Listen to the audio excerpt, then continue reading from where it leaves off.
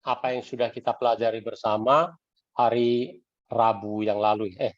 Rabu ya, benar? Rabu ya, benar ya. Oke, minggu lalu kita menonton dan membaca tentang Yesus memanggil murid-muridnya yang pertama. Di sana kita melihat beberapa tokoh. Pertama ada Yohanes Pembaptis. Tugasnya apa? Dengan segala kerendahan hati, dia mengantar orang kepada Yesus. Kepada dua muridnya dia tunjuk kepada Yesus. Itulah anak domba Allah, ikutilah dia. Ya. Lalu ada dua murid yang pergi ikut Yesus. Dua murid Yohanes, satu namanya Andreas. Satu lagi namanya siapa, teman-teman?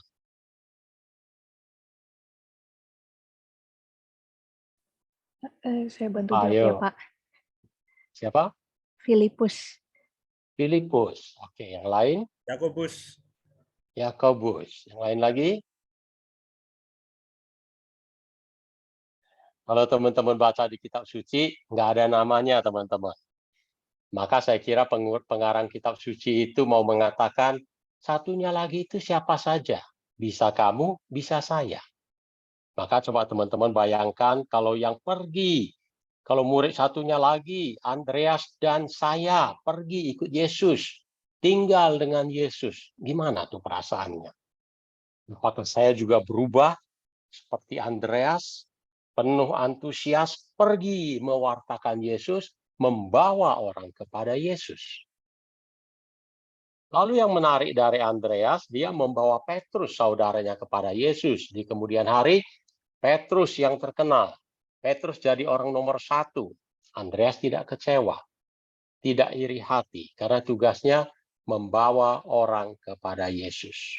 Begitu juga Andreas ketika ada satu anak, bawa 2 roti, 2 ikan, mau kasih ke Yesus, dia cari Andreas. Dan Andreas tidak bilang, anak kecil bawa 2 roti, 2 ikan, emangnya bisa makan 5.000 orang? Sana. Enggak. Apapun yang ada padanya, dia bawa kepada Yesus, maka terjadilah mukjizat penggandaan roti. Kita juga sama, apa yang ada pada kita, persembahkan kepada Yesus. Jangan khawatir, jangan putuskan sendiri. Biar Yesus yang mengambil keputusan. Lalu kita juga sudah mempelajari pertobatan yang Kristiani, pertama-tama adalah mengikuti Yesus. Mengenalnya secara pribadi, menaati perintahnya. Kalau dulu kita berjalan menuju dosa, berjalan menuju maut, kita sekarang U-turn, putar balik. Kita tinggalkan yang dosa-dosa, kita putar balik, kita berjalan menuju Allah. Lalu kita juga sudah menjawab satu pertanyaan, apakah Kristus hidup dalam hidupmu? Dengan kata lain, di dalam hati kita apakah Yesus sudah meraja? Kata lain lagi, apakah hidup kita sudah berpusat pada Kristus? Kita juga sudah pelajari pertobatan adalah satu proses pendalaman iman yang berlangsung seumur hidup.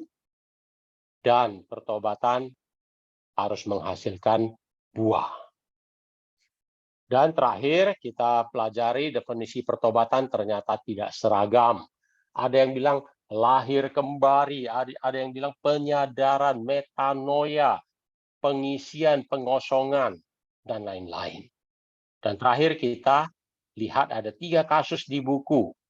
Dari ketiga kasus itu kita menyimpulkan pertobatan itu kompleks. Maka kita jangan menghakimi pertobatan orang lain. Ya, oke. Sekarang saya share screen.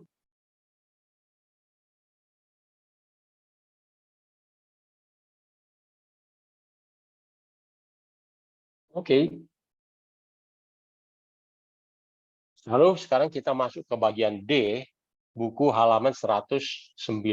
Judulnya, apakah pertobatan itu?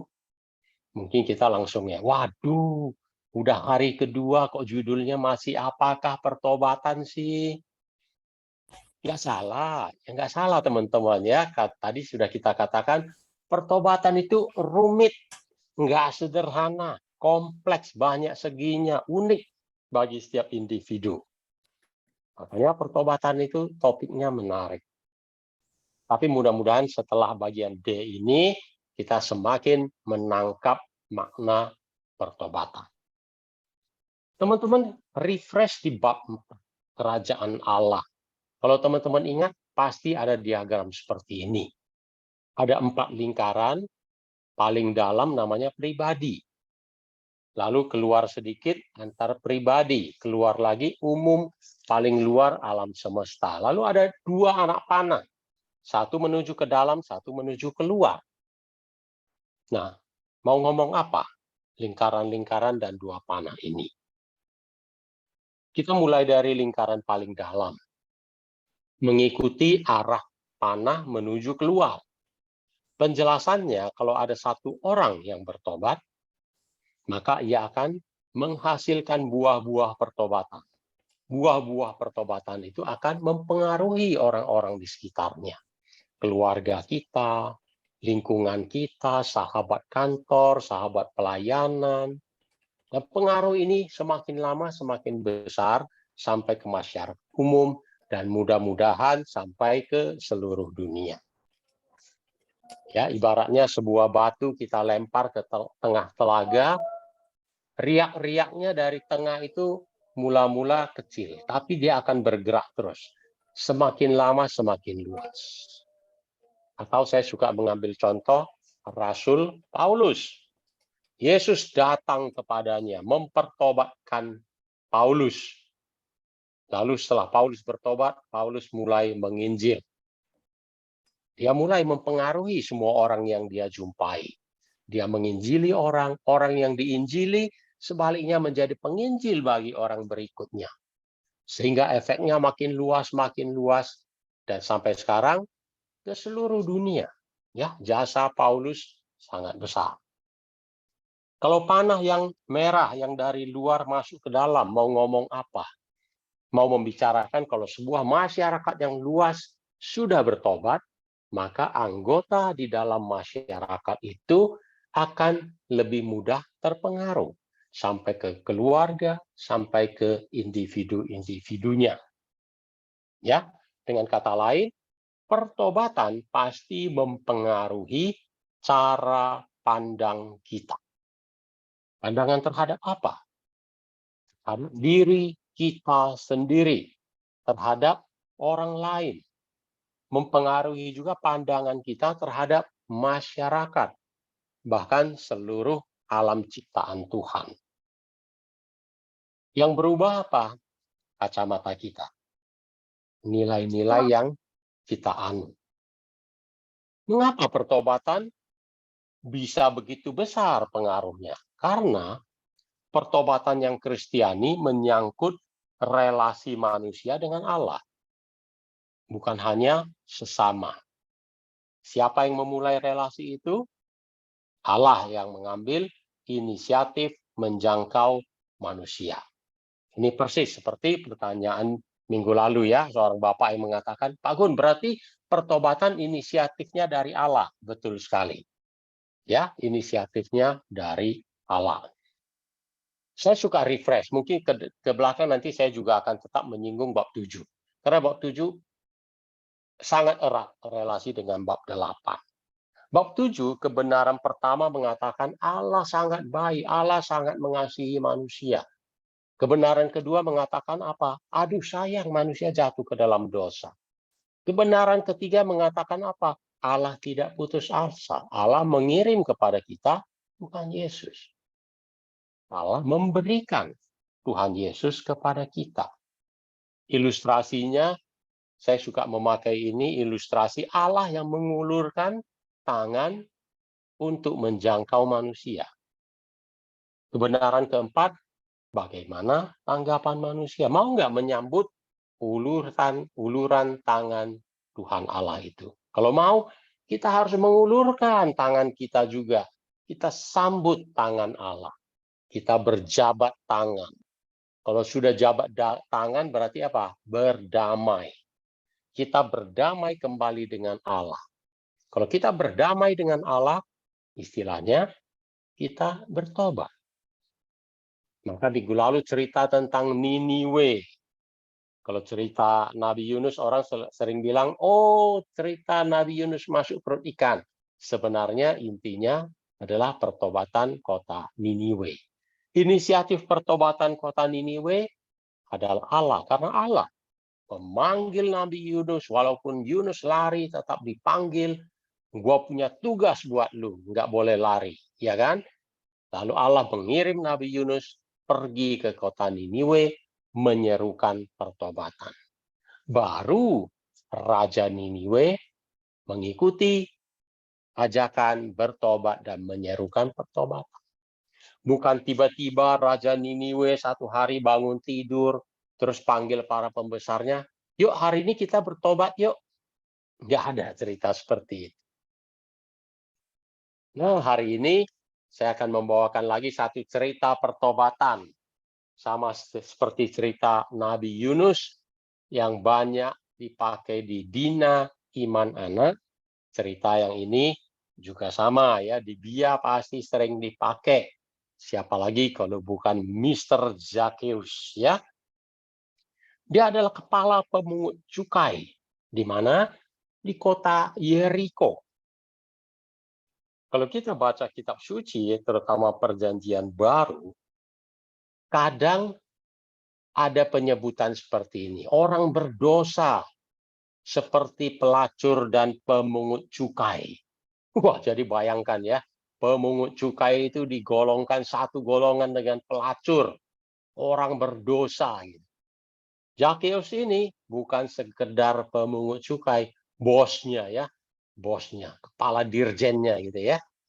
Loh, kenapa orang Yahudi nggak suka sih sama pemungut cukai? Kan biasa aja. Zaman itu Israel sedang dijajah oleh Roma. Pemungut cukai kerja buat siapa? Kerja buat Roma, penjajah. Jadi itu udah jelek kan? Wah, dia kerja buat penjajah. Kedua, yang lebih parah, mereka sering memungut lebih dari yang seharusnya. Dengan kata lain, mereka itu memeras rakyat sendiri. Sebagian store ke Roma, sebagian masuk kantong sendiri. Maka orang membenci pemungut cukai, terutama bosnya itu, si Mr. Zacchaeus tuh. Orang memandang rendah pemungut cukai. Kaya sih kaya, tapi di sosial, di masyarakat, dipandang rendah. Pada suatu hari ia dengar, Yesus yang sangat ngetop itu mau datang ke kota Yeriko. Wow, dia sudah dengar ceritanya, bukan hanya dia. Seluruh penduduk Yeriko sudah dengar. Yesus itu pengkhotbah ulung. Ajarannya menggoncang hati manusia. Dia membuat mukjizat, bisa menyembuhkan orang. Wah, luar biasa. Dan kalau kita baca, persis Yesus sebelum masuk kota Yeriko, Yesus menyembuhkan satu orang buta. Maka kota Yeriko itu menantikan datangnya Yesus. Hari itu yang ikut Yesus banyak banget. Mungkin ratusan orang mengikuti Yesus. Berbondong-bondong, semua mau dekat Yesus. Zacchaeus juga mau tahu, Yesus itu kayak apa sih? Maka ketika rombongan Yesus masuk kota Yeriko, bisa kita bayangkan ya, satu kota itu macet total. Semua orang desak-desakan, mau dekat Yesus, mau pegang Yesus, mau lihat Yesus. Kalau kita terjemahkan zaman sekarang, wah, Yesus datang, coba bayangkan ya. Ibu-ibu semua keluarin HP, selfie dong. Wah, gua selfie nih sama Yesus gitu. Tapi Zacchaeus pendek, nggak bisa dia maju ke depan, kedorong ke belakang. Dia pun berlari-lari mendahului rombongan. Dia sudah tahu Yesus pasti lewat sini. Dia cari jalannya, dia naik ke pohon. Di situ ada pohon. Yesus pasti lewat sini. Saya pasti bisa melihat Yesus. Maka dia berlari, memanjat pohon, lalu menunggu di atas pohon. Persis seperti perkiraannya. Yesus dengan rombongannya yang besar lewat di sini. Nah, teman-teman, di sini yang menarik lagi kita lihat. Siapa yang duluan menegur? Apakah Zakeus yang terlebih dahulu menegur Yesus? Atau Yesus yang terlebih dahulu menegur Zakeus? Sekali lagi kita menyaksikan Yesus yang duluan menegur, menyapa Zakeus. Maka teman-teman, kita sebagai pembawa kabar baik, evangelizer, tugas kita tahap pertama berteman. Benar nggak? Berteman itu berarti mengambil inisiatif, menyapa orang. Apa kabar, Bu? Harga minyak goreng gimana, Bu? Udah turun belum, Bu? Katanya belinya pakai aplikasi Peduli Lindungi ya. Kita ajak orang ngobrol, betul nggak? Tahu? Wah, katanya sekarang isi Pertalite harus pakai aplikasi Pertamina ya. Nah, kita ngajak orang ngobrol, menegur duluan, belajar dari Yesus.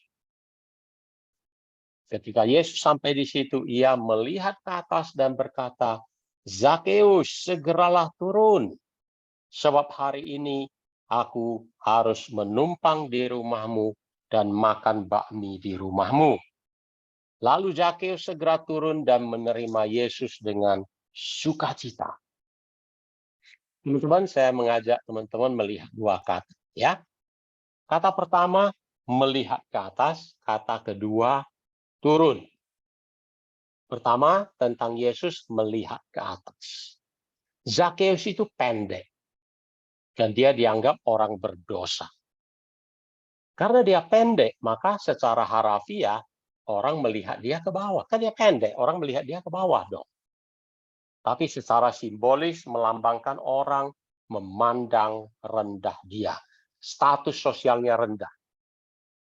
Tidak demikian halnya dengan Yesus. Yesus justru melihat ke atas. Artinya apa? Yesus tidak memandang rendah Zakeus, walaupun dia dianggap orang berdosa. Apa yang kita pelajari dari Yesus? Ketika kita mengajak orang bertobat, jangan pernah menganggap, memandang rendah orang lain. Kalau kita ajak orang bertobat, jangan pernah bilang, lu dasar pendosa lu, bertobat lu. Lu tukang gosip lu, bertobat lu. Jangan, teman-teman, ya. Karena kita sama pendosa yang lain sama kok. Sama levelnya. Kita nggak lebih suci. Bedanya apa? Kita sudah mengenal Yesus. Sudah ikut Yesus. Sudah mengalami kasih Yesus. Maka kita mau mengajak orang lain ikut Yesus juga. Itu kata pertama, ya, melihat ke atas. Kata kedua, turun. Untuk menerima Yesus, untuk bertobat, saya harus turun. Seperti Zakeus harus turun, saya juga harus turun. Turun dari apa? Tergantung. Setiap individu bisa beda-beda. Ketika saya mulai bertobat, saya harus turun dari gengsi saya pertama, teman-teman. Karena seperti saya bilang, istri saya sudah duluan melayani, aktif di gereja. Di mana-mana dia aktif. Selama ini saya nggak pernah ikut. Begitu saya ikut mulai pelayanan, ya istri saya di depan kan, saya di belakang kan. Istri saya yang ngajarin saya. Di depan umum juga kan, ikut rombongan kan. Gengsi dong, gimana sih ini suami diatur-atur sama istri. Benar gak? Apalagi di kantor. Kan saya yang atur anak buah. Kok di pelayanan saya diatur-atur orang? Benar gak? Gengsi dong. Maka kalau saya mau bertobat, saya mesti turun dari gengsi saya. Nah, teman-teman coba renungkan. Saya mesti turun dari apa ya? Gengsi juga kah? Seperti Pak Gun? Harta duniawi kah? Kekhawatiran kah? Segala sesuatu saya takut aja. Aduh, jangan khawatir melulu. Dendam kesumat kah? Sakit hati, luka batin? Egois? Atau apa? Perlu kita renungkan. Kalau kita sudah dapat, ayo kita turun dari situ. Sebelum meninggalkan Zakeus yang lagi makan bakmi dengan Tuhan Yesus, kita simpulkan sekali lagi, pertobatan manusia, inisiatornya Tuhan Allah. Kalau kita menerima ajakan Tuhan, maka kita bertobat. Kalau kita sudah bertobat, kita berubah. Bentuk perubahannya bisa berbeda-beda ya dari orang yang satu ke orang yang lain. Tergantung apa? Tergantung budaya, bahasa, pendidikan, psikologi, nilai-nilai, dan sebagainya. Oke, teman-teman. Saya matikan layar. Saya ingin bertanya menurut teman-teman nih. Pertanyaannya seperti ini, teman-teman. Setelah Zakeus menerima Yesus, dia bertobat kan? Dia bagi setengah hartanya kepada orang miskin. Yang pernah dia peras, dia kembalikan kali lipat. Dia menjadi murid Yesus, dia bertobat. Pertanyaannya, apakah Zakeus masih menjadi kepala pemungut cukai? Ayo, menurut teman-teman gimana? Silakan. Karena dia sudah bertobat, kayaknya dia melepaskan jabatan sebagai ketua pemungut cukai. Pemungut cukai. Oke, menurut Pak Konisius, enggak dong, udah enggak. Yang lain, Mungkin masih, Pak Heru tapi masih. ya sikap Oke. lebih adil barangkali.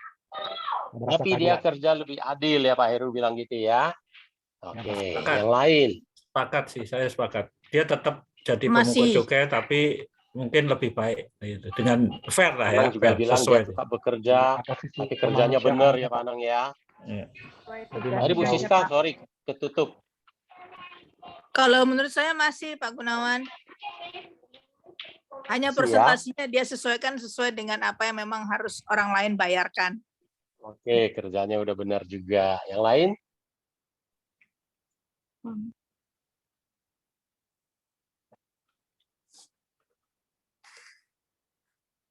Oke, terus terang kita nggak tahu ya, karena di kitab suci nggak disebutkan setelahnya bagaimana. Kenapa? Pak, saya mau tanya, boleh nggak Pak? Story siapa ya?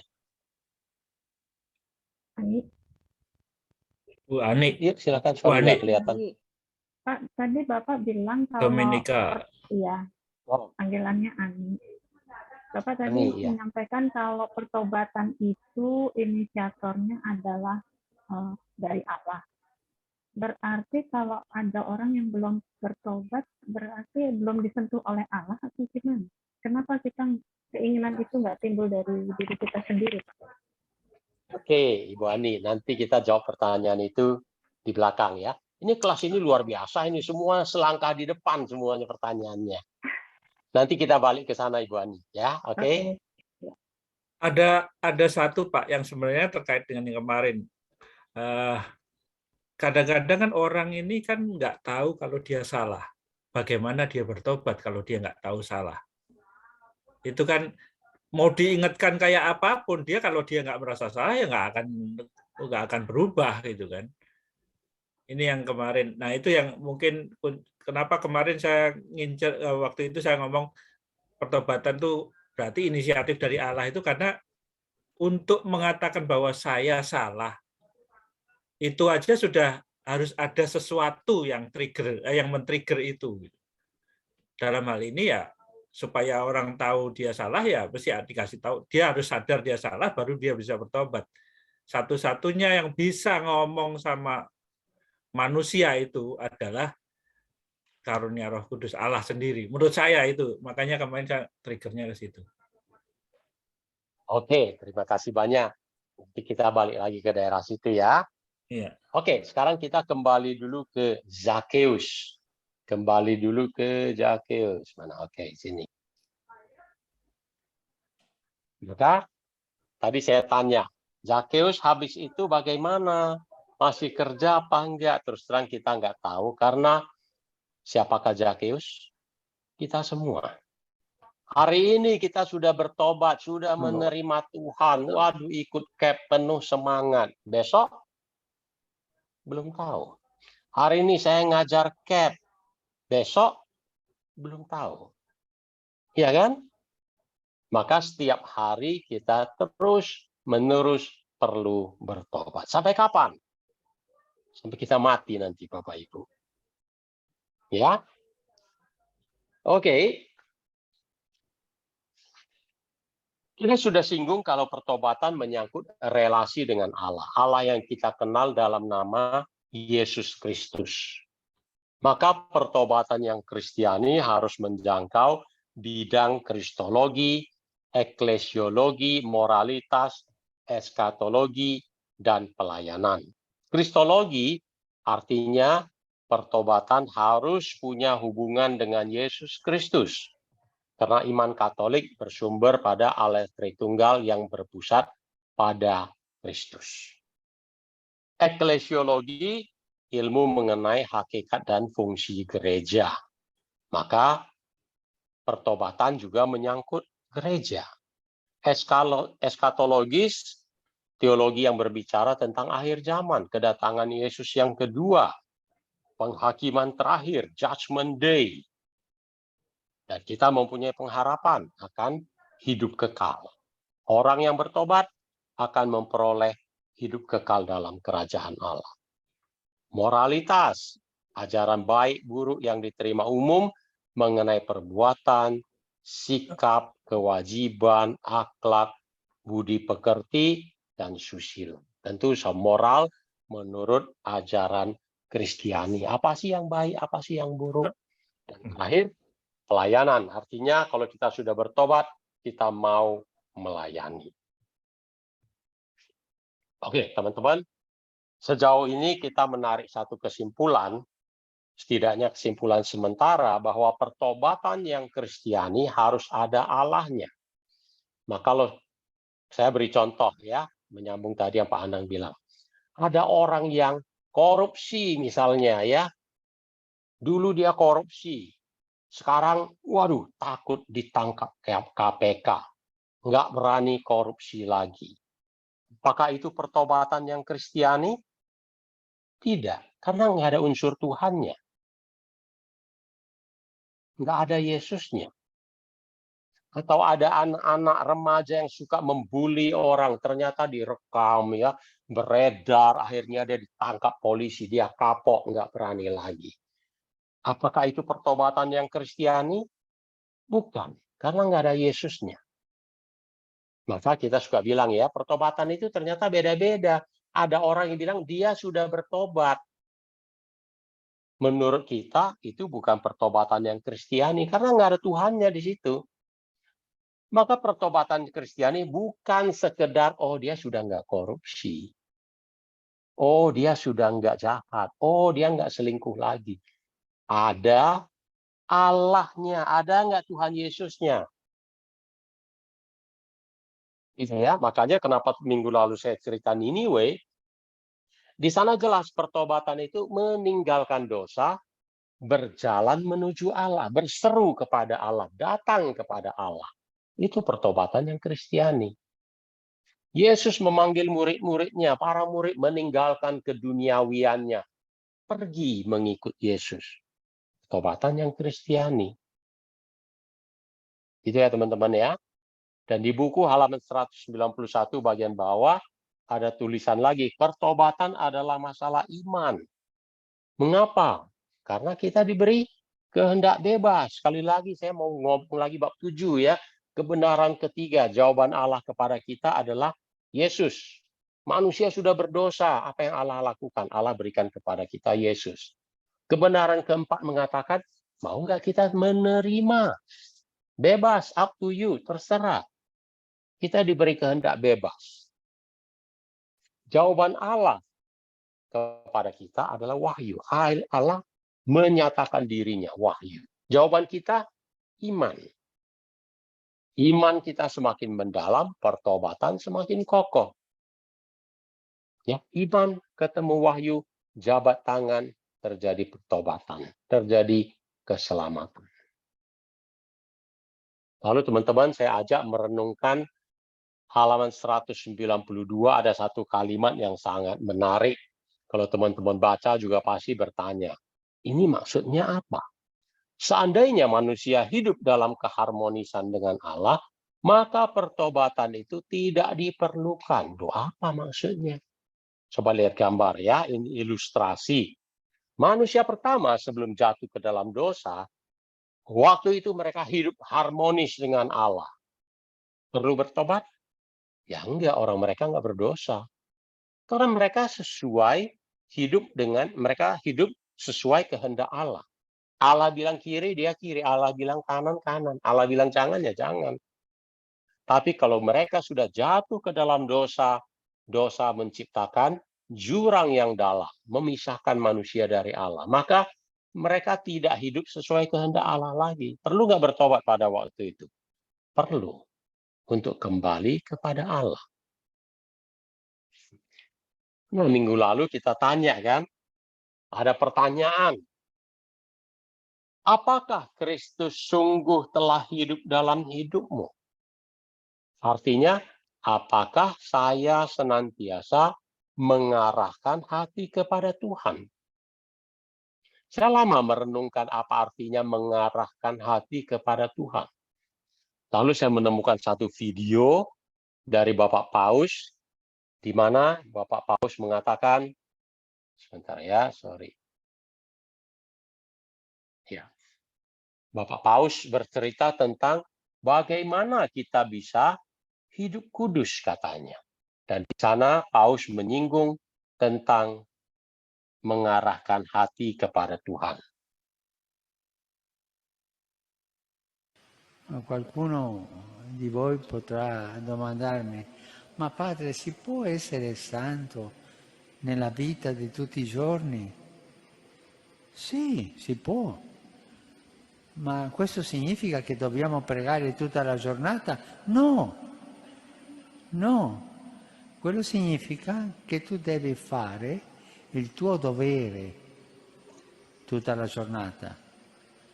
Pregare, andare al lavoro, custodire i figli, ma farlo tutto col cuore aperto verso Dio, con questa voglia di che quel lavoro, anche nella malattia, quella sofferenza, anche nelle difficoltà, quelle difficoltà siano aperte a Dio. E così diventeremo santi. Si può. Sekali lagi kita dengar. No, no. Quello significa che tu devi fare il tuo dovere tutta la giornata. Pregare, andare al lavoro, custodire i figli, ma farlo tutto col cuore aperto verso Dio, con questa voglia di che quel lavoro, anche nella malattia, quella sofferenza, anche nelle difficoltà, quelle difficoltà siano aperte a Dio. E così diventeremo santi. Si può. Baik, teman-teman. Jadi menurut Bapak Paus, kita kalau setiap hari mengarahkan hati kepada Tuhan, kita bisa berjalan menuju orang kudus katanya. Menurut teman-teman, apa sih maksudnya mengarahkan hati kepada Tuhan? Kita kan bukan ahli teologi, benar nggak? Yang praktisnya apa sih gitu? Ayo, silakan teman-teman. Ada komentar.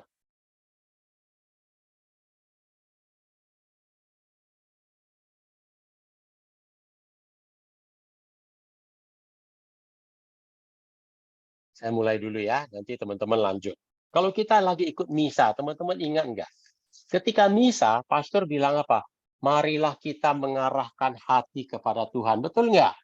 Kita bilang apa? Sudah kami arahkan. Ya kan? Kalau di misa, mengarahkan hati kepada Tuhan, kita fokus di altar. Kita lihat tuh pastor, pembaca, pemazmur, pikiran, hati, mata, kuping, hati. Pokoknya kita ikutin semua misa sepenuh hati. Puji Tuhan, berdoa, persembahan. Pokoknya kita fokus seluruh kegiatan jiwa kita 100%. Akhir misa kita diutus. Waduh, kita fokus. Itu di misa. Dalam kehidupan sehari-hari apa dong coba?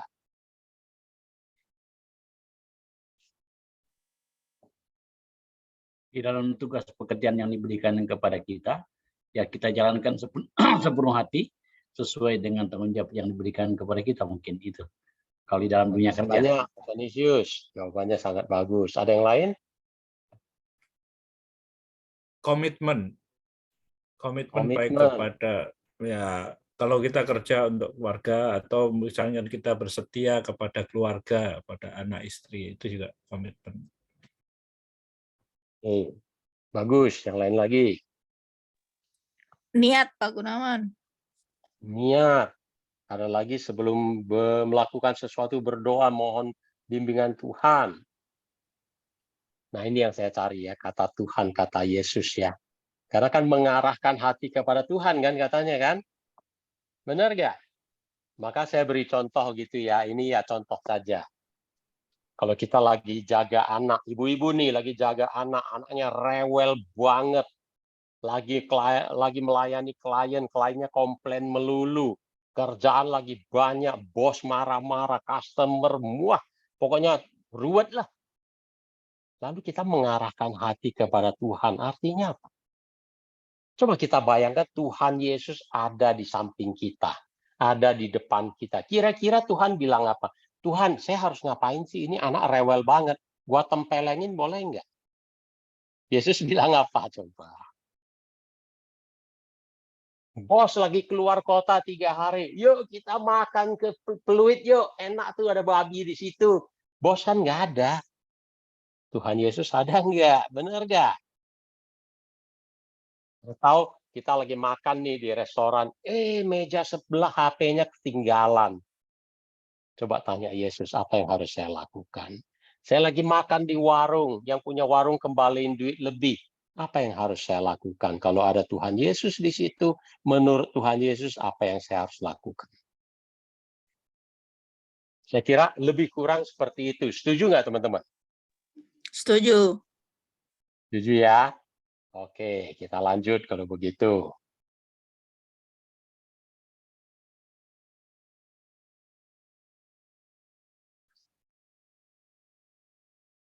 Ya, mengarahkan hati kepada Tuhan. Sudah kita singgung, maka saya menampilkan lagi video yang minggu lalu. Ingat, saya menempel ke Tuhan. Saya ikut kehendak Tuhan. Tuhan mau apa, saya ikut. Saya mau hidup harmonis dengan Tuhan. Saya mengarahkan hati kepada Tuhan. Itulah pertobatan. Nah, teman-teman, bagian D, pertobatan itu apa? Satu proses yang rumit, kompleks, tersusun dari peristiwa-peristiwa unik bagi setiap orang yang mengakibatkan perubahan pandangan. Cara kita melihat masalah menjadi berbeda. Jadi teman-teman, kalau kita sudah bertobat, bukan berarti, wow, hore, puji Tuhan, utang saya lunas tiba-tiba, ya enggak. Hore, gaji saya naik 2 kali lipat. Enggak. Bonus, tahun ini akan 3 kali lipat. Enggak. Yang beda apa? Cara pandang kita yang berbeda. Cara kita melihat masalah yang berbeda. Dan pertobatan itu menghasilkan buah. Ya, buah pertobatan. Ya, saya ambil contoh. Biji sesawi, kecil kan? Kecil banget. Tapi kalau dia ditanam, dia bisa tumbuh menjadi tanaman yang sangat besar. Pertobatan kita juga sama. Bisa mulai dari hal yang sangat kecil. Tapi perlahan-lahan perubahannya makin lama, makin besar. Seperti video yang kita nonton ya. Perlahan-lahan perubahan itu semakin jelas, semakin kuat. Jadi kita harus memulainya. Kalau kita nggak mulai, kita tunda-tunda, nggak akan ada hasilnya. Nah, nantilah, kan saya masih muda, baru umur 20-an, 30-an. Kita nggak pernah tahu besok kita masih bangun apa enggak. Bisa-bisa malam ini terakhir. Besok udah nggak bangun.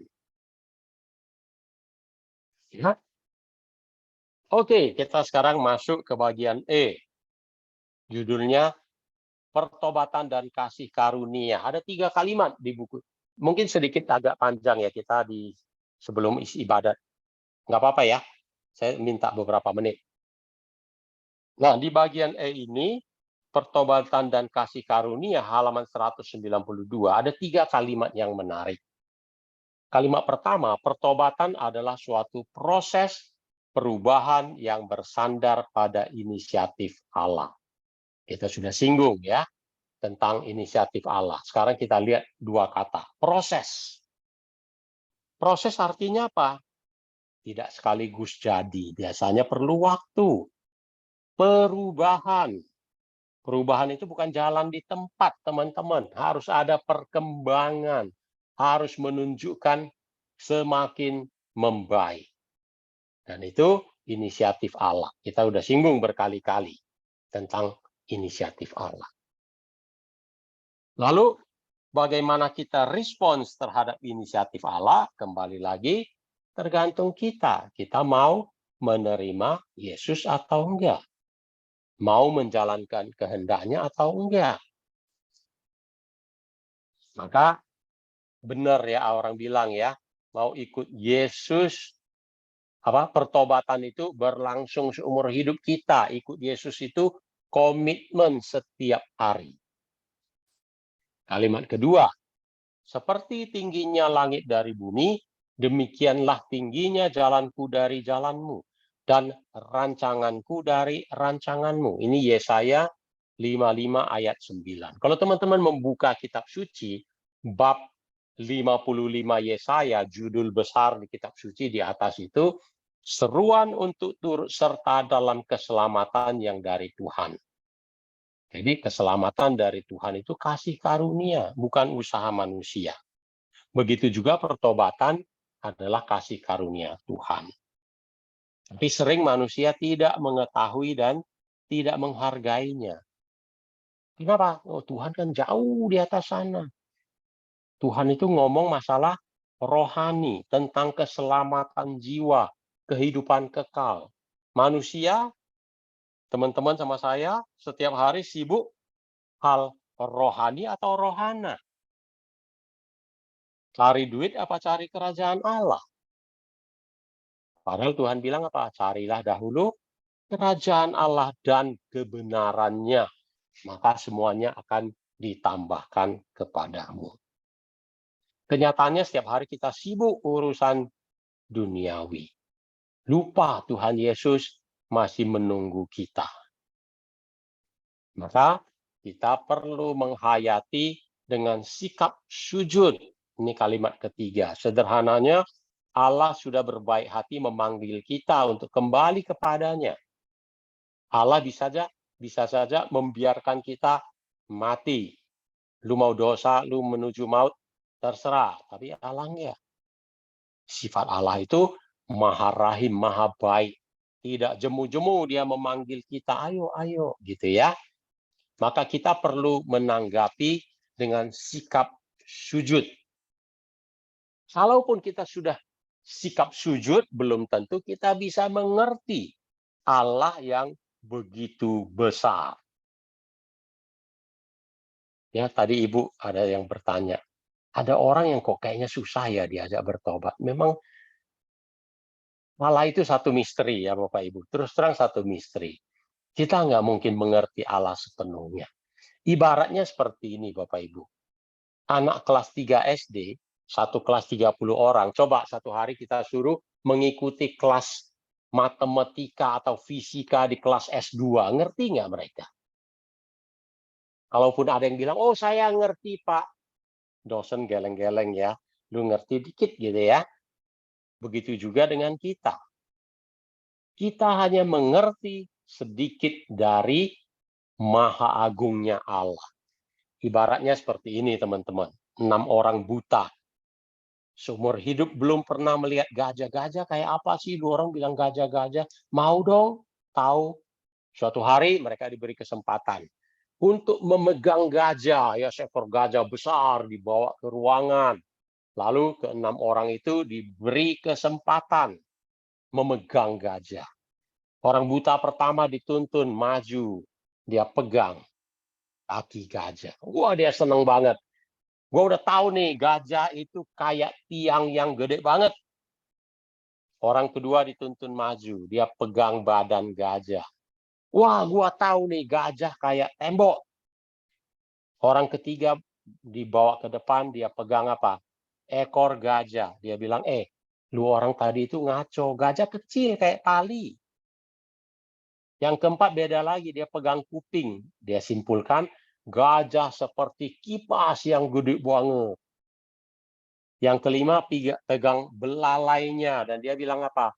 Yang benar teman-teman, gajah itu kayak ular yang gede. Yang terakhir, apa itu? Pegang gading. Ya, pegang gading gajah. Gajah itu seperti tombak yang tajam. Siapa yang benar? Semuanya benar. Benar sebagian kecil. Tidak ada yang benar, benar, benar. Siapa orang buta itu? Kita semua. Ada yang butanya lebih parah, ada yang butanya mendingan. Ya, ada yang diajak bertobat mau, ada yang dablek nggak mau. Benar nggak? Allah mempunyai rencana keselamatan buat kita masing-masing. Tapi kita sibuk lihat ke bawah. Jalanku di atas jalanmu, kata Tuhan. Lihat ke atas, cari kerajaan Allah, kata Tuhan. Lalu, usaha manusia untuk memahami kekayaan pengalaman pertobatan sering dibatasi oleh kebudayaan, pengetahuan, bahasa, tradisi, nilai-nilai, dan sebagainya. Teman-teman, saya dulu punya satu supir ya. Masih muda banget, umur 22 tahun dia kerja sama saya. Kerja 6 bulan, dia mau pinjam duit.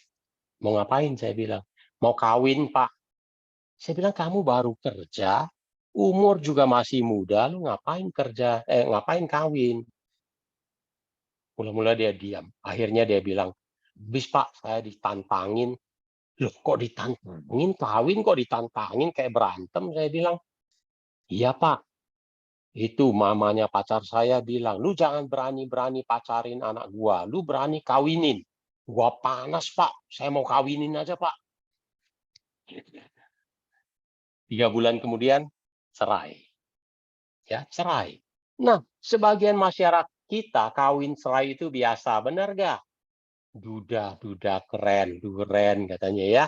Wah, kalau janda jual bakso janda. Waduh, laku banget, bapak-bapak pada datang semua.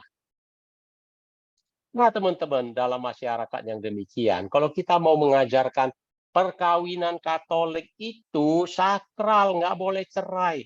Susah mereka nangkapnya.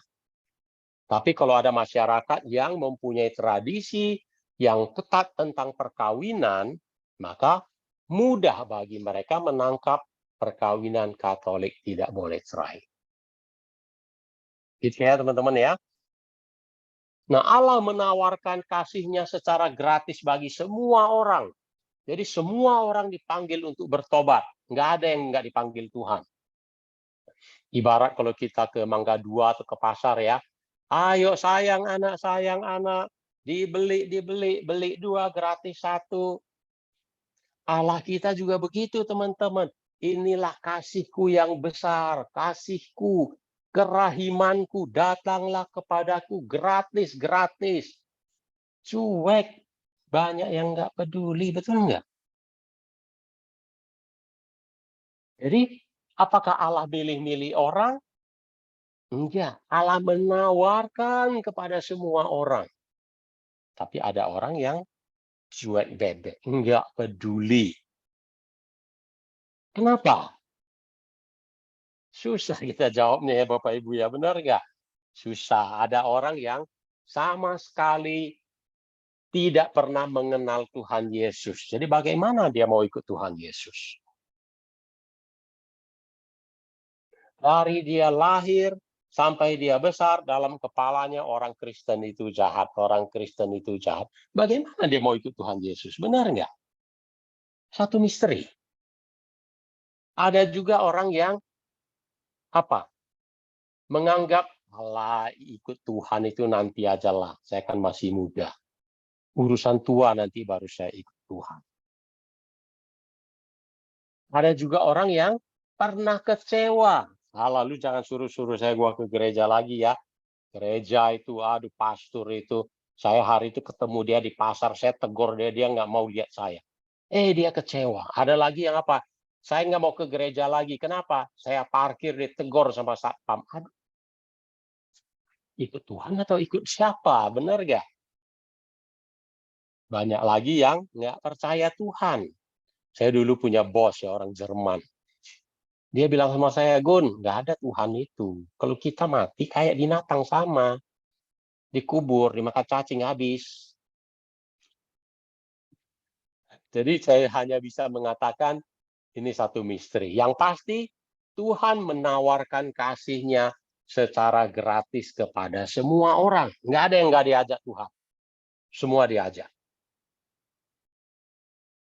Oke, sudah lewat waktunya banyak. Kita sekarang ibadat dulu. Terima kasih. Baik, terima kasih Pak Gunawan atas materinya, di mana tadi pertobatan itu pastinya mengarahkan hati kepada Tuhan dan pasti akan mempengaruhi cara pandang kita. Baik teman-teman, buat pengumuman, hari Rabu itu tugas dari kelompok 4. Dan teman-teman nanti ini kita kan mau foto dulu ya, dokumentasi. Seperti biasa, teman-teman yang masih off cam diharapkan on cam terlebih dahulu nih, buat dokumentasi kita seperti biasa ya. Di sini ada partisipannya, ada berapa? Saya cek terlebih dahulu. Ada 27 partisipan termasuk panitia. Mungkin untuk panitia mohon dibantu ya untuk di screenshot seperti biasa. Oke, malam kita foto bersama. Mohon untuk kalau bisa on cam ya. Pak Timotius bisa menyalakan teman-teman. Mari di on cam terlebih dahulu. Ada yang Hugo, Mbak Rina, ada Stefani Kusuma. Ya kayaknya nggak. Mbak Hani mau dinyalakan? Hai Mbak Hani. Oke, saya seadanya aja ya. 1, 2, 3. Oke, terima kasih Mbak. Bentar ya Mbak. Udah Mbak. Oke, terima kasih Bu Tasya. Baik teman-teman, sebelum kita memasuki ibadat, nanti dari panitia akan memutarkan lagu terlebih dahulu ya. Untuk kelompok 3 dipersiapkan.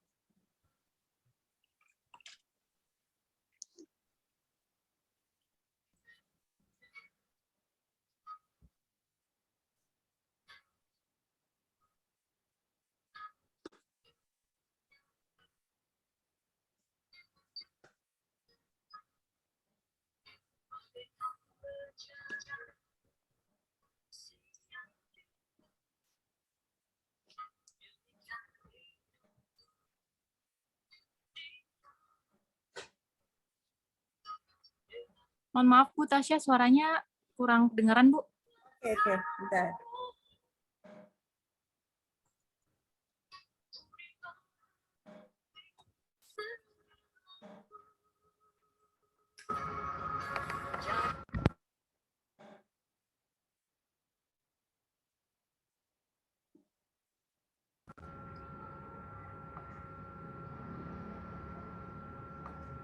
Oke, aku ulang bentar ya. Oke, baik Bu. Sorry.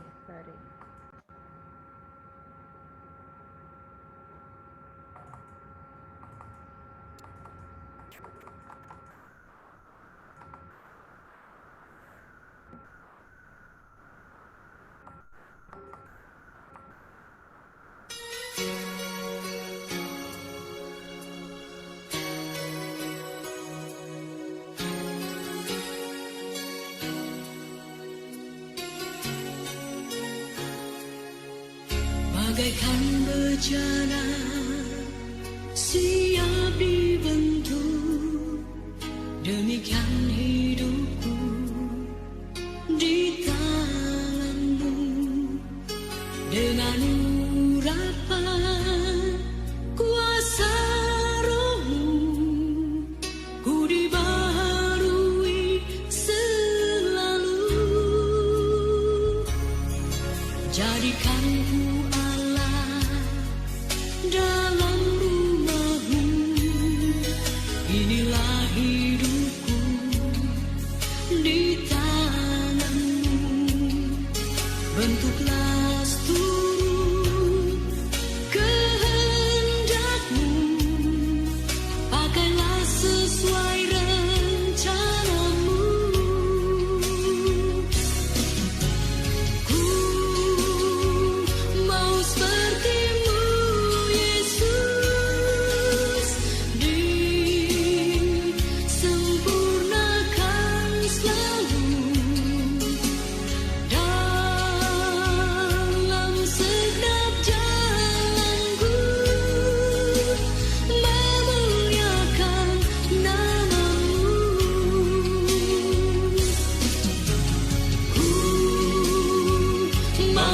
sepertimu Yesus, disempurnakan selalu dalam segenap jalanku,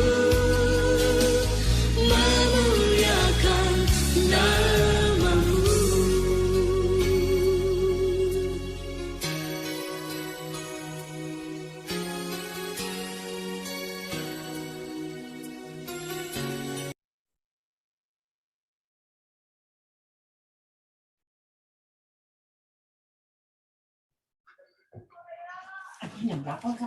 Marilah kita memulai ibadat malam ini dengan tanda kemenangan kita, demi nama Bapa dan Putra dan Roh Kudus. Amin. Lilin ini adalah tanda bahwa Yesus berada di antara kita dan Yesus berkata kepada kita sekarang, "Tetapi kamu akan menerima kuasa kalau Roh Kudus turun ke atas kamu dan kamu akan menjadi saksiku." Kita sekarang diingatkan akan Yesus, pewarta Injil yang pertama dan terbesar, berada di sini bersama kita. Dia hendak berbicara kepada kita tentang kemurnian hati. Bacaan Injil.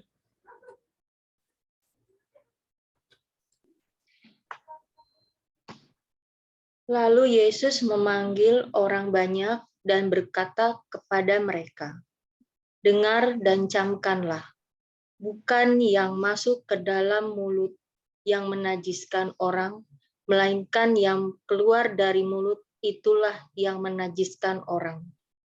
Maka datanglah murid-muridnya dan bertanya kepadanya, "Engkau tahu bahwa perkataanmu itu telah menjadi batu sanjungan bagi orang-orang Farisi?" Jawab Yesus, "Setiap tanaman yang tidak ditanam oleh Bapakku yang di surga akan dicabut dengan akar-akarnya. Biarkanlah mereka itu. Mereka orang buta yang menuntun orang buta. Jika orang buta menuntun orang buta, pasti keduanya jatuh ke dalam lubang." Lalu Petrus berkata kepadanya, "Jelaskanlah perumpamaan itu kepada kami." Jawab Yesus, "Kamu pun masih belum dapat memahaminya. Tidak tahukah kamu bahwa segala sesuatu yang masuk dalam mulut, turun ke dalam perut, lalu dibuang di jamban? Tetapi apa yang keluar dari mulut berasal dari hati, dan itulah yang menajiskan orang. Karena dari hati timbul segala pikiran jahat, pembunuhan, perzinahan, pencabulan, pencurian, sumpah palsu, dan hujat.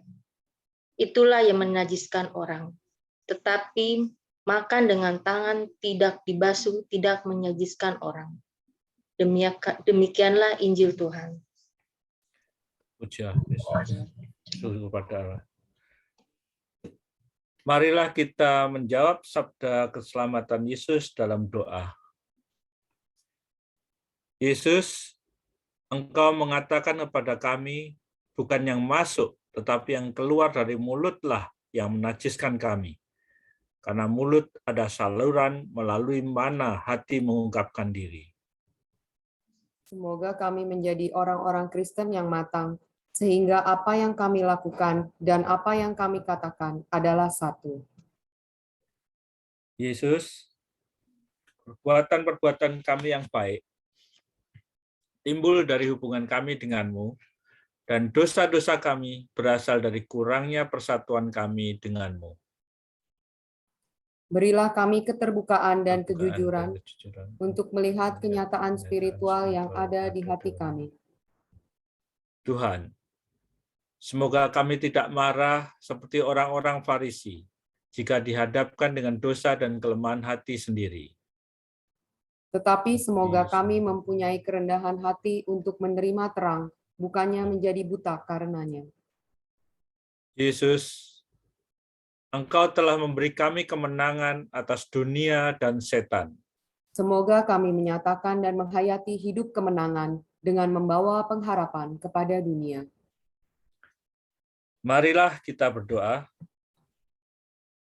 Allah Allah Bapa Bapa kami, kami, Engkau Engkau telah telah memberi kami putramu untuk menjadi terang hidup kami. Perbaharuilah kami dalam rohmu, berilah kami menerima dan bergembira dalam pengampunan dosa-dosa kami. Hadirlah selagi kami memikirkan bagaimana kami diberkati ketika kami mengenal dosa kami sendiri dan kebutuhan kami akan Engkau. Amin. Amin. Bapa dan Putra dan Roh Kudus. Kita masuk ke teman. Bagian F ini judulnya masalah kodrat atau pemeliharaan, halaman 193.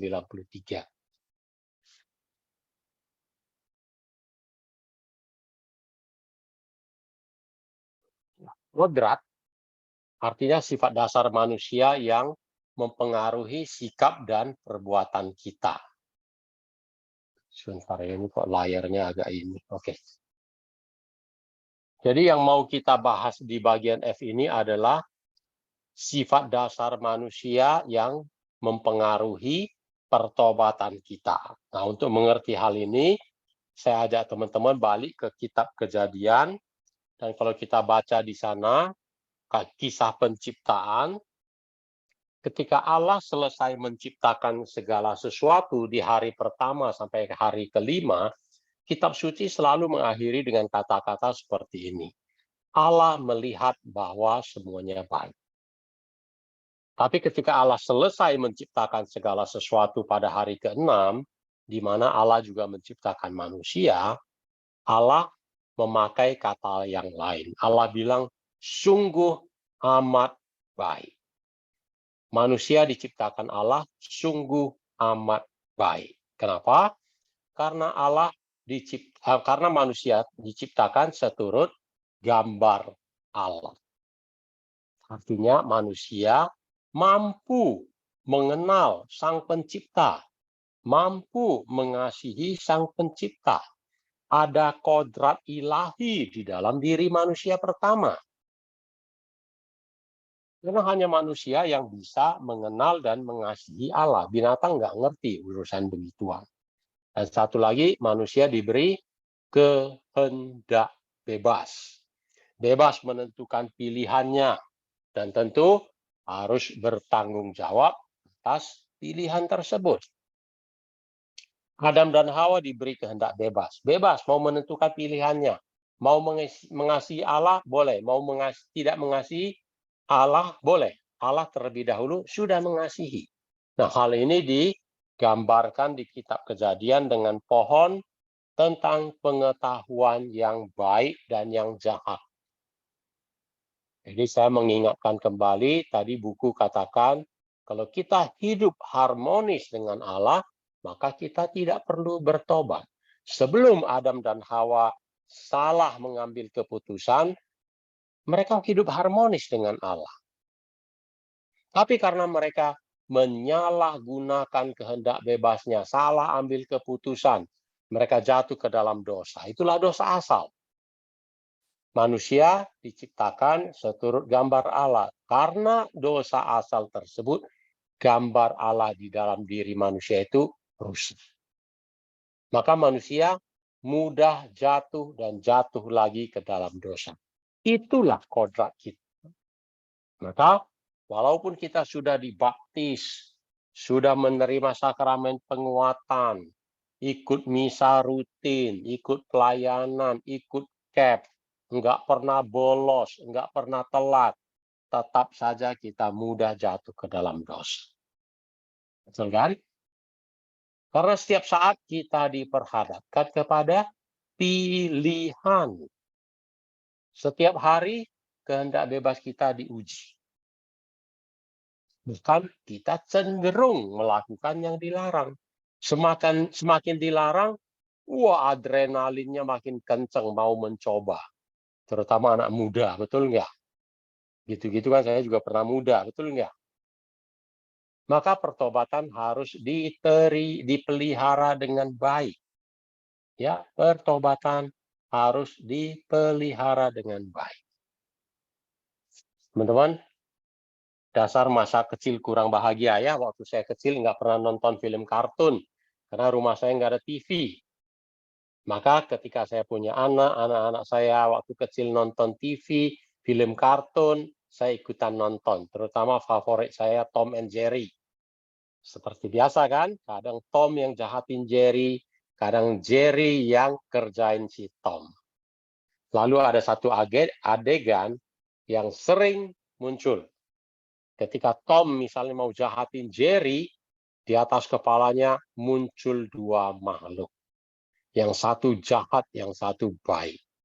Kita sebut saja ya, yang satu malaikat jahat ya kita bilang ya, yang satu malaikat baik gitu kan. Yang jahat udah tampangnya jelek, warnanya merah, pakai tanduk, ekornya panjang kayak tombak, tangannya pegang tombak gitu lagi, kakinya juga jelek. Malaikat baik, waduh tampangnya udah cantik, iya kan, baik-baik, kayak Ibu Nora, Ibu Lala gitu kan. Tambah lagi lingkaran di atas kepalanya, bersayap, pakaiannya putih, lihat senyumnya, lihat matanya. Waduh, pokoknya sip dah, orang kudus gitu kan, namanya juga malaikat baik. Lalu terjadilah perang antara keduanya, saling berusaha mempengaruhi si Tom. Yang jahat akan bisikin sama si Tom, Tom, lu ingat si Jerry itu dulu kerjain kamu lu. Ayo kita balas dendam, kerjain dia. Malaikat yang baik jangan ketinggalan kan. Tom, jangan. Kamu sama Jerry kan tinggal serumah. Hidup damai dong sama dia. Pertanyaan, siapa yang didengarin oleh Tom? Ayo, menurut teman-teman. Malaikat jahat. Malaikat jahat. Iya dong, namanya juga film Tom and Jerry, betul nggak? Kalau yang baik terus dengerin, nggak ada filmnya, bener nggak? Nggak ada kejar-kejarannya. Nah, teman-teman, itu ilustrasi ya. Karena di dalam kehidupan kita sehari-hari, kitalah Tom itu. Di dalam hati kita setiap hari, terjadi pertarungan antara yang jahat melawan baik. Si iblis melawan suara Tuhan. Pertarungan baik lawan jahat enggak di ring tinju. Enggak terjadi di Gelora Bung Karno. Ayo saksikan. Enggak ada. Setiap hari pertarungan terjadi di hati kita masing-masing. Kadang jahat menang, kadang yang baik menang. Ada sebuah kisah ya, yang kisah kebijaksanaan dari orang Indian di Amerika. Seorang kakek berkata kepada cucunya, "Cucuku, di dalam hatimu ada 2 ekor serigala. Yang satu jahat, yang satu baik. Mereka selalu bertarung. Yang jahat itu adalah iri hati, kemarahan, dendam, hawa nafsu, keegoisan, ketamakan, kebohongan. Yang baik adalah kasih, sukacita, kemurahan hati, kebaikan, damai sejahtera, harapan, kerendahan hati, kebenaran." Lalu cucunya memikirkan hal itu. Kemudian dia bertanya, "Kek, siapa di antara kedua di antara kedua serigala itu yang menang?" Kakeknya sambil menepuk-nepuk pundak cucunya, dia mengatakan, "Tergantung serigala mana yang kamu kasih makan lebih banyak." Teman-teman, di dalam hati kita setiap hari ada pertempuran yang sama antara baik dan jahat. Suara iblis lawan suara Tuhan. Siapa yang menang? Tergantung kita. Kita kasih makan yang mana? Kalau hati kita diisi dengan hawa nafsu, egoisme, dendam, maka yang jahat lebih kuat. Kalau hati kita diisi dengan doa, firman, sukacita, maka yang baik yang tambah kuat. Kalau si serigala jahat dikasih makan terus, ya tambah kuat. Semakin besar, semakin galak. Serigala baik, tambah kurus. Lama-lama cuma jongkok di pojok ruangan, nggak berani bersuara lagi. Jadi kesimpulannya teman-teman, pertempuran yang antara baik dan jahat ada di dalam hati kita. Siapa yang menang di antara mereka tergantung kita. Semakin lama kita membela si jahat, maka si jahat makin kuat. Semakin lama kita bela yang baik, dia semakin meraja di hati kita. Lalu si jahat, oke, hari ini dia sudah kalah. Dia nggak kemana-mana, teman-teman. Dia duduk di sudut ruangan. Dia intip terus. Ada kesempatan, dia balik lagi. Maka judul F, bagian F ini apa? Peliharalah pertobatanmu baik-baik. Jauhi godaan. Jangan sudah tahu kelemahan saya di sana, datang lagi ke sana. Kelemahan saya itu Pak Gun. Porno-porno, udah tahu tiap kali cari. Salah siapa? Salahin si jahat tuh. Lu yang kasih kesempatan sama dia. Aktiflah di komunitas, rajin baca kitab suci, rajin berdoa, ikut camp, jangan bolos nanti jadi panitia. Amin. Oke, sekarang kita masuk bagian G. Judulnya tingkat-tingkat pertobatan. Sebelumnya kita refresh sebentar. Kita sudah singgung dua kata, wahyu dan iman. Lalu apa hubungannya? Wahyu adalah Tuhan menyatakan dirinya. Tuhan menyapa manusia. Puncak wahyu, Yesus Kristus. Iman, jawaban kita terhadap wahyu tersebut. Jadi ilustrasinya Tuhan mengulurkan tangan, itu wahyu. Manusia mengulurkan tangan, menyambut tangan Tuhan, itulah iman. Iman ketemu wahyu, damai, itulah bertobat. Lalu pengarang buku bab 8 mengambil bahan tingkat-tingkat pertobatan dari dua buku. Seperti di layar, yang satu buku tentang wahyu, satu buku lagi tentang iman. Lalu pengarang mengatakan ada 6 tingkat pertobatan. Jadi teman-teman ini hanya di buku bab 8 yang nggak usah dibawa kemana-mana ya. Kita akan membahasnya secara sekilas saja, nggak akan umum, nggak akan masuk ke detail. Katanya tingkat pertama adalah penggabungan diri. Jadi menggabungkan diri ke gereja Katolik, menjadi anggota keluarga gereja Katolik. Contoh saya, teman-teman. Saya lahir besar di keluarga KTP Buddha. Tapi calon istri saya Katolik banget. Saya mau kawin sama dia, harus ikut Katolik. Ya udah, saya ikut Katolik, katekumen, dibaptis, boleh diberkati perkawinan di gereja. Tujuan saya masuk gereja apa? Ada maunya, supaya boleh diberkati sesuai permintaan istri. Saya lihat gereja apa? Wah, satu lembaga. Tuhan Yesus. Yesus itu seperti hakim. Ya, duduk di atas sana dengan itu apa palunya. Dosa gitu. Bapak Ibu, saya di paroki juga ngajar kelas katekumen ya, baptis dewasa. Satu pertanyaan yang paling sering mereka suka tanya, Pak Gun, ini dosa enggak? Pak Gun, kalau ini masuk neraka enggak? Biasa ya, orang baru bergabung selalu melihat Yesus itu seperti hakim. Dosa enggak, neraka enggak gitu. Jelek enggak? Enggak jelek, teman-teman. Mau gabung dengan gereja udah bagus loh. Banyak teman yang mau bergabung ditantang sama keluarganya, dikucilkan. Saya bersyukur walaupun orang tua Buddha, kami dari kecil semua sekolah di Kristen dan Katolik. Saya SD Kristen, SMP, SMA Katolik. Jadi mau masuk Katolik, ya nggak ada keluarga yang menentang. Mulus masuk Katolik. Tingkat kedua, perjalanan iman. Nah, setelah bergabung, mulai nih ada keinginan mau tahu Tuhan seperti apa, gereja seperti apa, ajarannya seperti apa.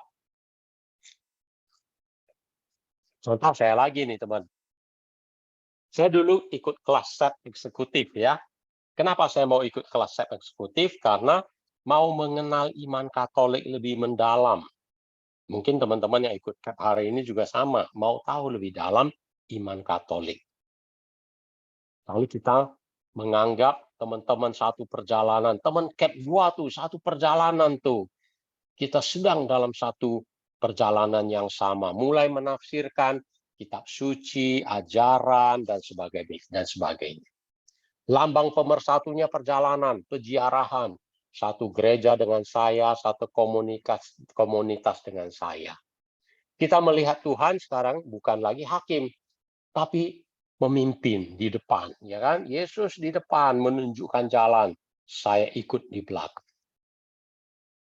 Contoh, Nikodemus, dia datang kepada Yesus, belajar. Yesus mengajari dia. Nah, pada tingkat ini, kita mencari sesuatu. Untuk siapa? Untuk diri kita. Karena dalam hati kita, mungkin ada yang kosong, kita mau mengisi hati kita. Mungkin hidup kita agak kacau. Saya mau Tuhan bereskan hidup saya. Keluarga saya, Tuhan tolong pulihkan. Saya lagi stres, Tuhan tolong. Sakit ini Tuhan tolong bantu. Tingkat ketiga, pengalaman, ya. Pengalaman. Jadi pertobatan kita sudah bertumbuh ke tingkat pengalaman.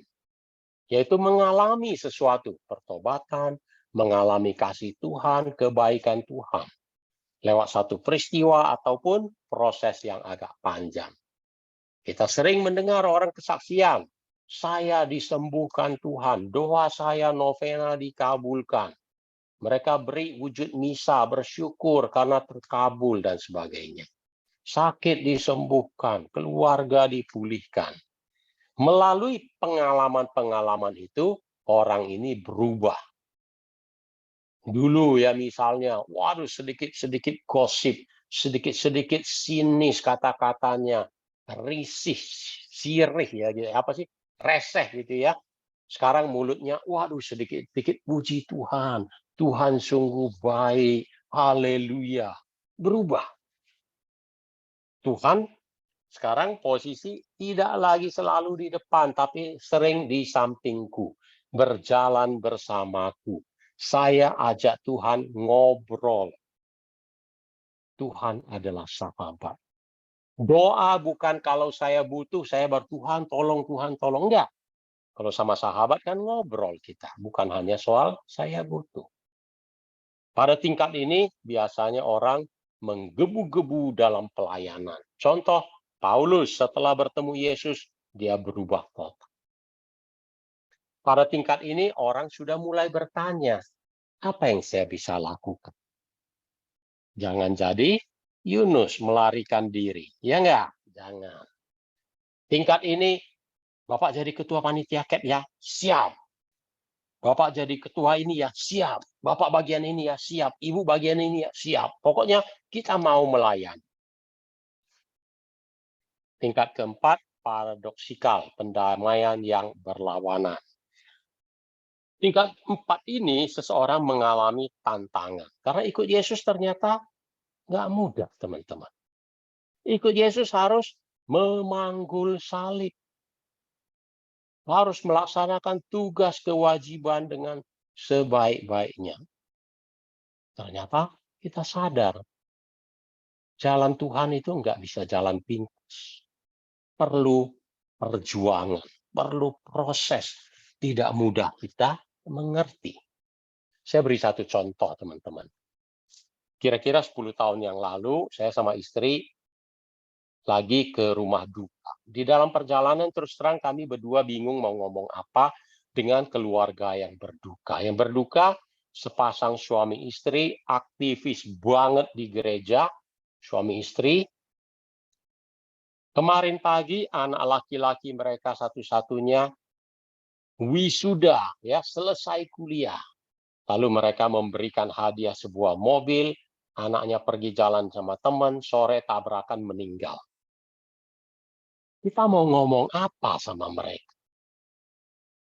Yang penting kita datang, ikut misa, yang penting kita jabat tangan, ya kan? Mau ngomong apa?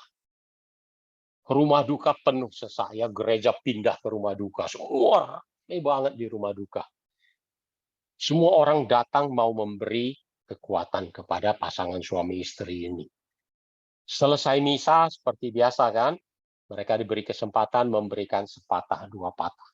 Terus terang istri saya udah pegangin tangan saya terus karena takut apa? Mereka mungkin akan komplain, akan bilang, Tuhan ini apa-apaan?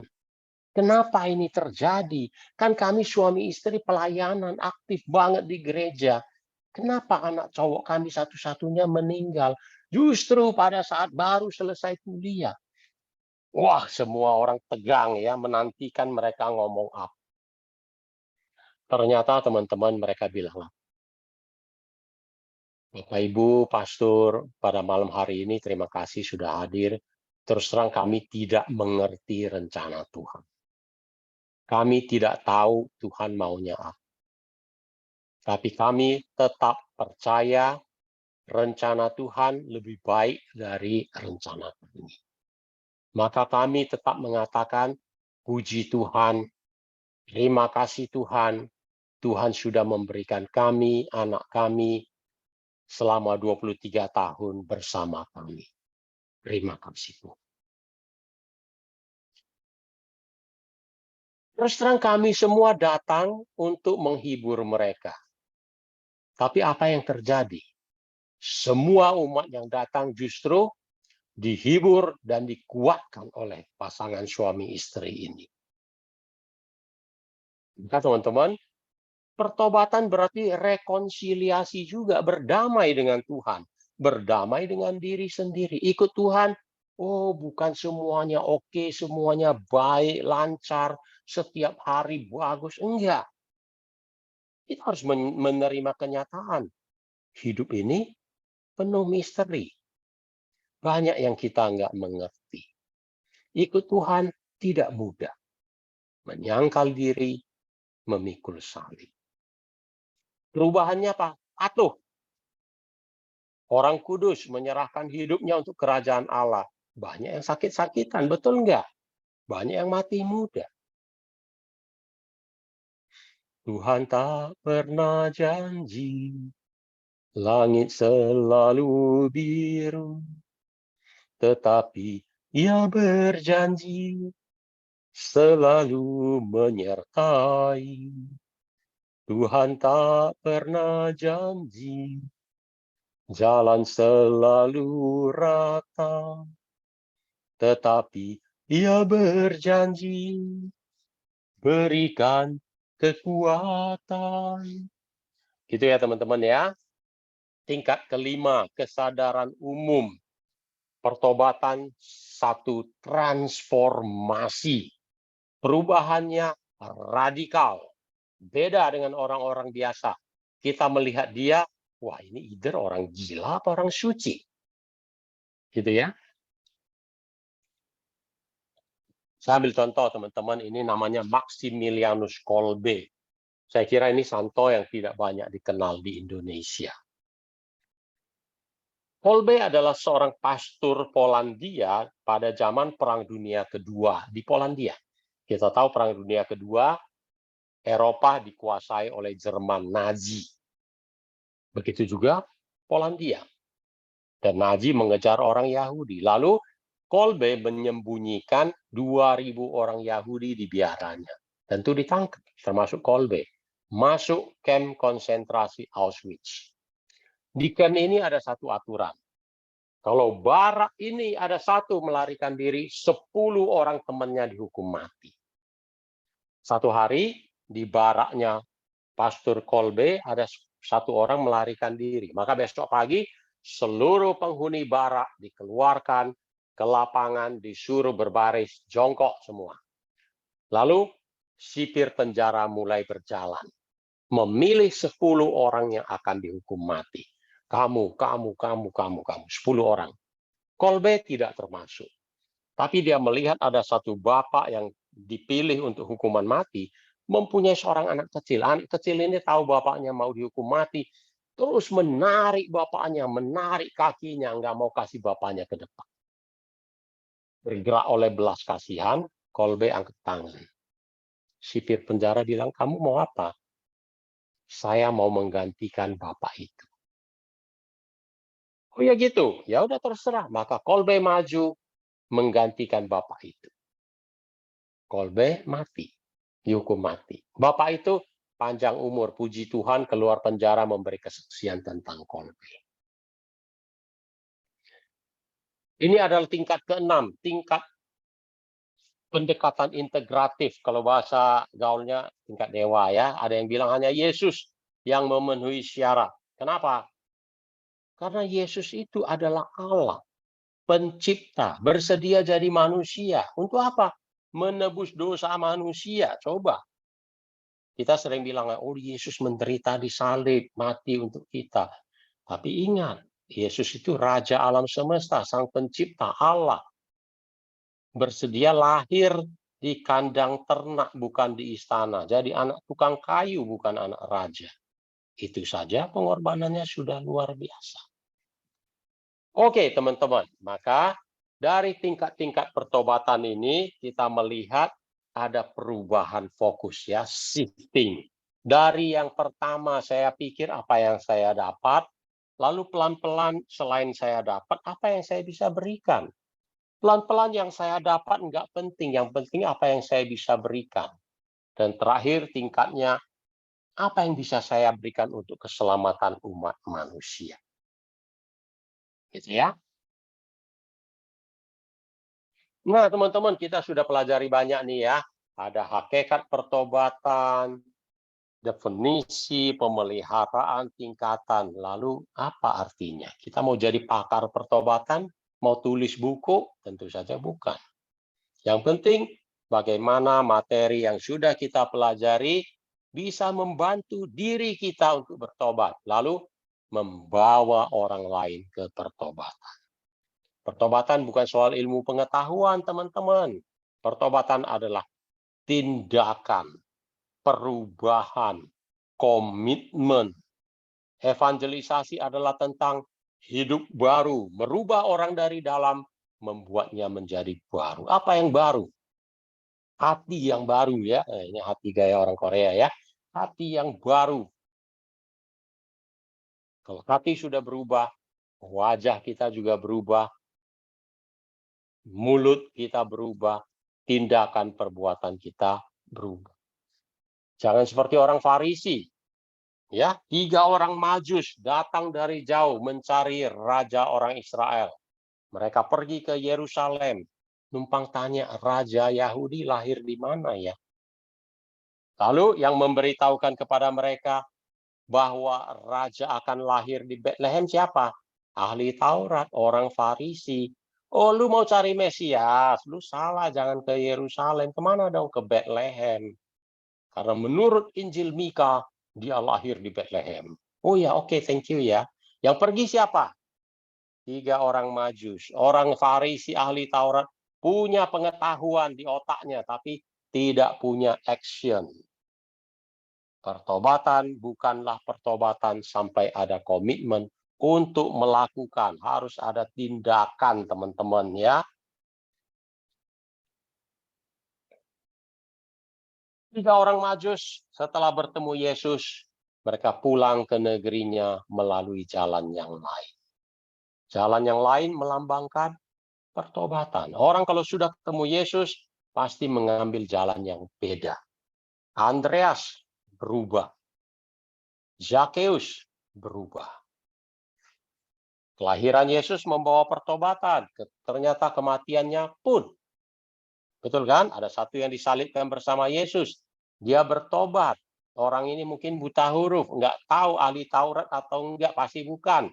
Nggak ngerti hukum-hukum Musa. Tapi dia percaya kepada Yesus. Dan Yesus bilang, hari ini juga engkau bersama aku di Taman Firdaus. Maka teman-teman kita belajar KEP, bab 1 sampai bab sekian, bab 8 pertobatan. Bukan untuk menambah pengetahuan saja teman-teman. Tapi tindakan, action. Ya, harus ada perubahan. Dan perubahan harus dimulai. Jangan ditunda-tunda. Lalu mengajak orang ke pertobatan. Kita udah bilang pertobatan itu jalannya panjang. Harus terus-menerus. Kita bertobat, tapi kita juga ajak orang bertobat. Jangan tunggu saya sudah jadi orang kudus, baru ngajak orang bertobat. Enggak. Melalui apa dong? Kita sudah tahu di langkah proses evangelisasi. Tidak harus jadi pengkhotbah, tidak harus jadi pengajar, tidak harus bisa menghafal kitab suci. Melalui kesaksian hidup kita, sharing iman, kisah Kristus, mengajak ke pertobatan, mengajak ke komunitas. Simple. Oke, ini kayaknya terakhir ya, menanam benih. Yang mau disampaikan simple. Seperti tadi Ibu mengatakan ya, ada satu Ibu yang mengatakan ya, Pak Gun, kok kayaknya ada orang yang kita ajak bertobat susah banget. Udah berbusa-busa istilahnya. Nggak mau gitu ya. Tetap aja begitu. Saya beri kesaksian saya sendiri, teman-teman. Tadi saya udah bilang, saya dulu ikut kelas self eksekutif. Satu hari, ceritanya gimana saya bisa ikut. Satu hari ada 2 teman ngajak, Pak Gun, yuk makan siang yuk. Ya udah, ayo silakan. Namanya ada yang mau traktir makan, ya kenapa enggak? Ternyata selesai makan, mereka panitia self eksekutif lagi cari domba. Pak Gun, ini ada yang bagus nih, begini-begini, dia terangin. Begitu dia selesai menerangkan self eksekutif, langsung saya bilang, oke, saya ikut bro. Mereka berdua pandang-pandangan. Kok mudah banget cari domba? Mereka berpikir dalam hati seperti itu. Sebenarnya apa yang terjadi, teman-teman? Sebelum ketemu mereka, sudah berbulan-bulan saya bergumul. Hati saya nggak damai. Saya mau mencari sesuatu nih, tapi saya bingung. Apa ya? Saya berdoa, Tuhan tolong dah kirimin dah apa kek yang buat cocok buat saya. Ternyata mereka telepon. Maka saya bilang ini rencana Tuhan. Saya ikut. Gitu kan? Nah, bagi mereka berdua, mereka datang untuk menuai. Mudah banget ya katanya ya. Langsung kita dapat 1 domba. Tapi sebenarnya sebelum ketemu mereka, banyak orang-orang lain yang sudah melaksanakan tugas di depan, menabur benih, ya kan, kasih pupuk, kasih air, menyiangi. 2 teman ini datang menuai panen. Maka teman-teman, kalau kita ketemu orang yang susah diajak bertobat, udah berbusa-busa, dia tetap gak mau ikut, jangan kecewa. Mungkin tugas kamu itu menabur benih. Mungkin tugas kamu itu kasih pupuk, kasih air. Mungkin beberapa tahun lagi orang lain datang menuai. Maka kita bilang apa? Pertobatan ini adalah proyeknya Tuhan. Kita ini hanya alat yang dipakai. Bunda Teresa Kalkuta satu hari ditanyain sama wartawan. Suster nggak merasa gagal? Suster kan udah berusaha nolong orang miskin. Coba suster lihat, orang miskin di Kalkuta berkurang. Gap antara orang miskin dan orang kaya emangnya berkurang? Enggak, suster. Pekerjaan suster sia-sia, bagaikan menuang air garam ke lautan. Nggak ada dampaknya, suster. Udah ada. Gatot. Gagal total. Nggak ada yang namanya gatot ya di sini ya. Suster Teresa bilang apa? Saya tidak dipanggil Tuhan untuk berhasil. Saya tidak dipanggil Tuhan untuk sukses. Enggak. Saya dipanggil Tuhan untuk setia melayani. Setia mengasihi. Saya menjadi alat yang dipakai Tuhan. Enggak ada dalam agenda saya berhasil. Maka teman-teman, sebagai pembawa kabar baik, evangelizer, kita juga sama. Kita diminta setia mewartakan kasih Tuhan. Setia mengajak orang ke pertobatan. Kita nggak pernah dituntut, lu harus berhasil. Enggak. Ini proyeknya Tuhan kok. Jadi teman-teman nggak usah stres. Dia nggak mau. Ini saya stres nih nggak bisa tidur. Nggak usah peduli teman-teman. Yang penting kita setia melaksanakannya. Hasilnya terserah Tuhan. Biar Roh Kudus yang bekerja. Ya, seperti juga gambar yang sering kita lihat. Yesus berdiri di depan pintu hati setiap orang. Dia mengetuk. Tugas kita apa dong? Boleh nggak kita bantu Yesus dobrak pintu hati orang? Nggak bisa. Tugas kita mendampingi orang tersebut, mendoakannya. Ayo dong, bukain pintu supaya Yesus masuk ke dalam hatimu.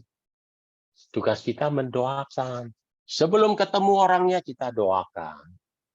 Lagi kita kunjungin, kita doakan. Setelah kita kunjungan, kita doakan. Kita doakan supaya apa? Supaya dia turun. Seperti Zakheus sudah turun. Seperti saya sudah turun. Seperti teman-teman sudah turun. Turun dari apa? Kita nggak tahu. Setiap orang bisa berbeda-beda. Yang penting kita harus merendahkan hati kita. Kalau hati kita tinggi di atas, susah. Oke, sekian pelajaran kita pada malam hari ini, teman-teman. Terima kasih banyak atas perhatiannya. Semoga tetap semangat. Mohon maaf kalau ada kata-kata saya, contoh-contoh saya yang kurang berkenan. Saya kembalikan ke panitia.